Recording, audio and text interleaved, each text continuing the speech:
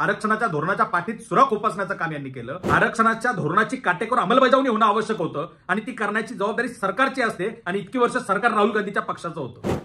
10 वर्ष मंडल आयोग हा गुंडाळून ठेवला होता काँग्रेसने। एका बाजूला काँग्रेस आरक्षण देणाऱ्या आयोगाच्या विरोधात, दुसऱ्या बाजूला भाजप त्याच्या विरोधात। ज्या प्रशासनाच्या वरिष्ठ पदावर दलित, आदिवासी, ओबीसी नसल्याचं खंत राहुल गांधी व्यक्त करतायत, तर ते त्या पदावर असण्यासाठी आरक्षणाच्या धोरणाची काटेकोर अंमलबजावणी होणं आवश्यक होतं आणि ती करण्याची जबाबदारी सरकारची असते आणि इतकी वर्ष सरकार राहुल गांधीच्या पक्षाचं होतं। त्या काळामध्ये तुम्ही आरक्षणाची अंमलबजावणी केली नाही आणि आता त्या बाबतीतली खंत व्यक्त करताय।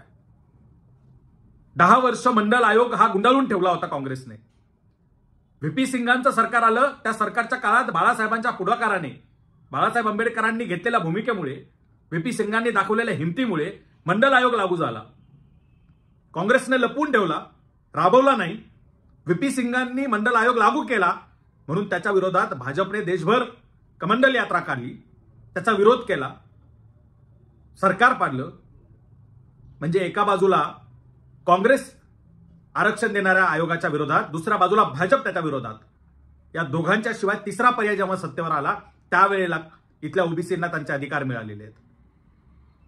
म्हणजे मंडल आयोग लागू करायचा नाही, तो व्हीपी सिंगांनी लागू केला तर त्याला निष्प्रभ करण्यासाठी 1991 साली यांनी खाजगीकरण आणलं। म्हणजे सरकारी आस्थापनेत आरक्षण आहे ना, ती आस्थापना, तो विभाग आम्ही डायरेक्ट खाजगीकरण करून टाकतो, म्हणजे आरक्षणाचा विषयच राहणार नाही। या पद्धतीचा आरक्षणाच्या धोरणाच्या पाठीत सुरा खोपसण्याचं काम यांनी केलं आणि आता हे बाहेर जाऊन आसवं ढाळतायत आरक्षणाच्या संदर्भाने।